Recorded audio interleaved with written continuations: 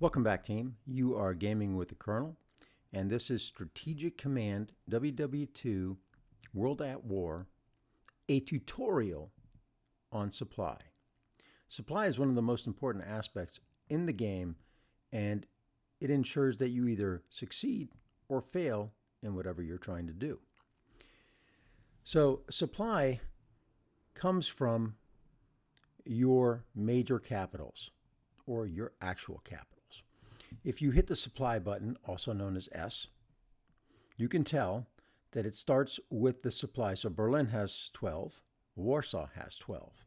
Now, as we go, it decreases. 11, 10, 9, 8, 8. Now, why is it 8 over here again? Because you've got another 10, 9, 8. So as you can see, every major supply center is a little blue jobby. Allenstein gives 8. Warsaw gives 12. So this hex here is supplied from Warsaw and not from Allenstein. 12, 11, 10, 9. And so on and so forth.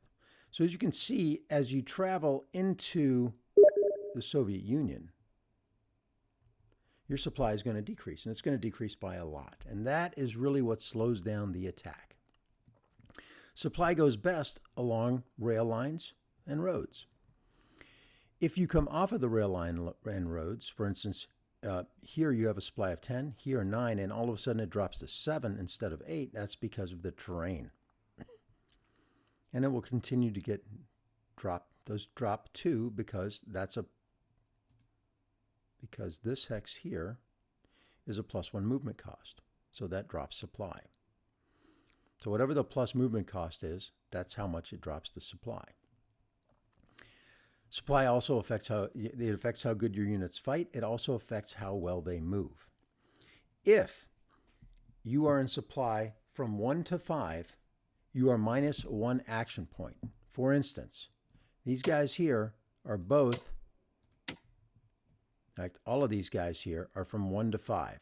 So they should be -1 action point. And let's take a look at that. So he is 4 of 5. He is 5 of 6. He is 3 of 4. And he is 4 of 5. So they are all -1 action point. Now these guys here are in supply 6, so they should get max action points. And they do. Action points 3, action points, oh, this one's 5 of 10, he's already moved. Action points 3, action points 4. Oh no, he's 5 of 10 because it's snowing, adverse weather, and he can't attack. Now, supply also affects how well you can upgrade your units. So if you are next to an enemy unit, you cannot upgrade. If you are in a space that is below 6, so these guys here, they will not get max reinforcements and they cannot be upgraded. Versus here, this guy has a supply of 7. He can get upgraded. I can upgrade him. I can give him max reinforcements. These guys, well, let's see, he's got a 5. So I guess at 5 you can still upgrade. I might have gotten that wrong. Yeah, you can still upgrade at 5, but you cannot upgrade at 4. He cannot upgrade. He cannot upgrade. So supply is extremely important. How do you get supply? You get them from your supply centers, and you get them from your headquarters. Okay, now your headquarters dispense supply at a certain rate. Now, supply is dispensed even if a headquarters is in a supply-less area. In other words, they are 0. They still dispense 5 supply. If they are in supply from 1 to 5, in other words, the space is 1 to 5, then they dispense 8. And anything 6 or up, they dispense 10. Okay, so these guys all dispense 10. Let's see, do we have anybody that's not in that situation here? Trying to find a good example.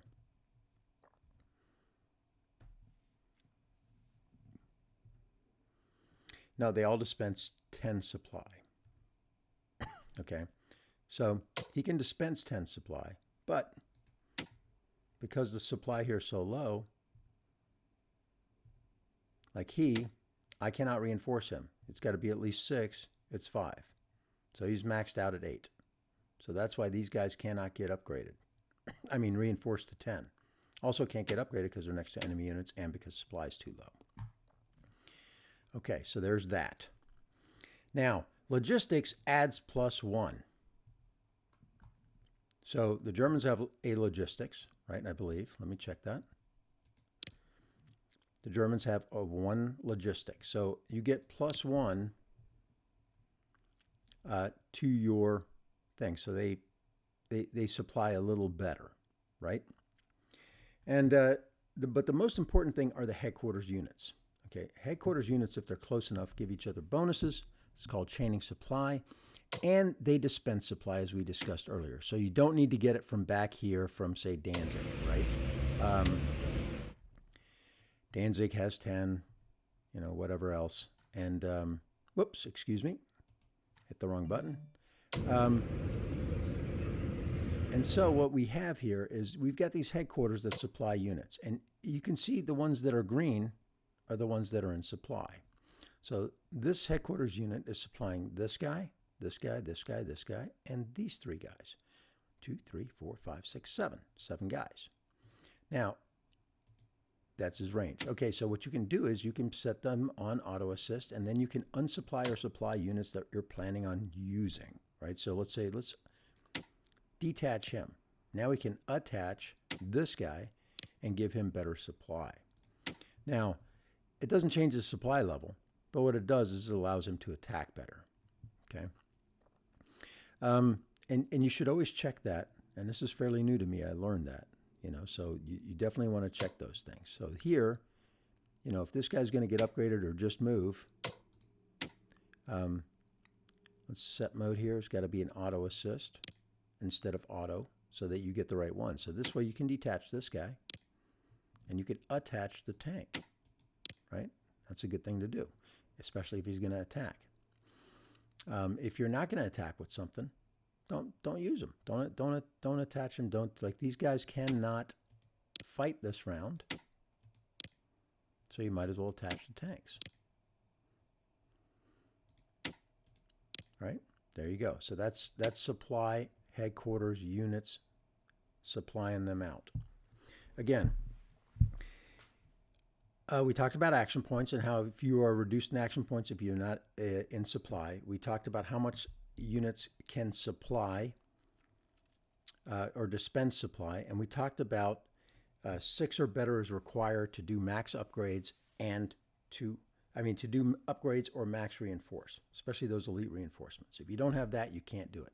And this is why supply is so important. Also, if your units are attached, they attack better. Okay? So usually these guys will, do weird stuff. So you want to kind of detach the ones from the back guys and attach them to the front. Oh, I can't attach him. I wonder why. Oh, because I'm already maxed, right? So like he's not flying, so now I can attach him, right? And so on and so forth. So you always want to have your units in the front attached as best you can.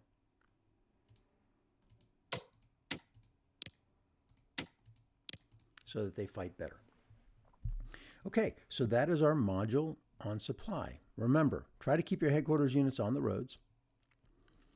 Try to keep your frontline units supplied with your headquarters units. Try to ensure that you have a supply of 6 or better in each hex. Again, I've gone out a little too fast here.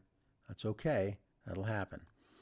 If you are cut off from supply, you will get attrition and you will lose 1 point per turn.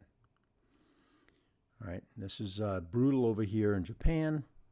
As supply comes in the mountains, it gets more and more difficult, right? So you can see from here to here is 8.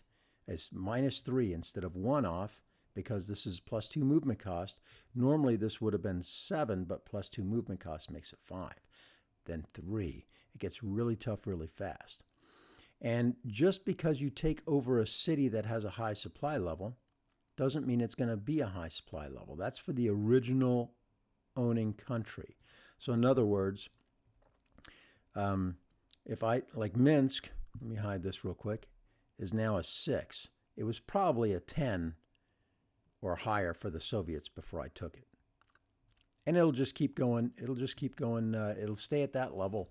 When you first take it, it's down to 1 or 0, like Conatop. It'll eventually grow back to its max level for you at the rate of 1 per turn. And that is what you need to remember. Supply for units at sea. A transport will lose 1 supply per turn,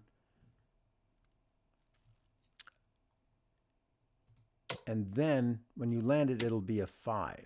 That's a regular transport. It leaves 10, it lands at 5. An amphibious transport will have a supply of 10, but each attack reduces it by 1, and then that's it. So this guy right now is a supply of 10. Come in here. There's guys there, so it's bad. He's a long-range amphibious transport, so he's a 10 as well. Regular transport will lose 1 per turn. Okay. I think that's about it. Again, be very careful about your supply levels. For instance, right in here, that's not good, right? That's a 1. Even though I own all this land, there's only a supply level of 1 down here. And this will get worse and worse as time goes on for this particular paratrooper. So they're going to want, if they want to go into Rangoon, they're going to need a headquarters over there. Over here, these guys are at very low supply and will need additional supply. So a headquarters unit will have to be brought on, but cannot be until that port is at 5. I don't think I can land him. Watch. Okay, what is this guy? He is a transport, and if I bring him here, he cannot land because that port is not a 5. See, that port's a 5. I could land him. That port's a 4. I can't land him yet. So it's going to have to take at least one more turn before this becomes a 5, and I can bring that headquarters unit in here to supply these guys. In the meantime, these guys are sucking for supply, and that's just not good because they do not fight for crap when they're at a supply level of 1. Okay, so that's our tutorial on supplies. I'm not sure if I missed anything. If I have, please comment below. And if you like this tutorial, please like, subscribe, tell me what I could be doing better, tell me what I could be doing differently. For now, you've been Gaming with the Colonel, and I'm out.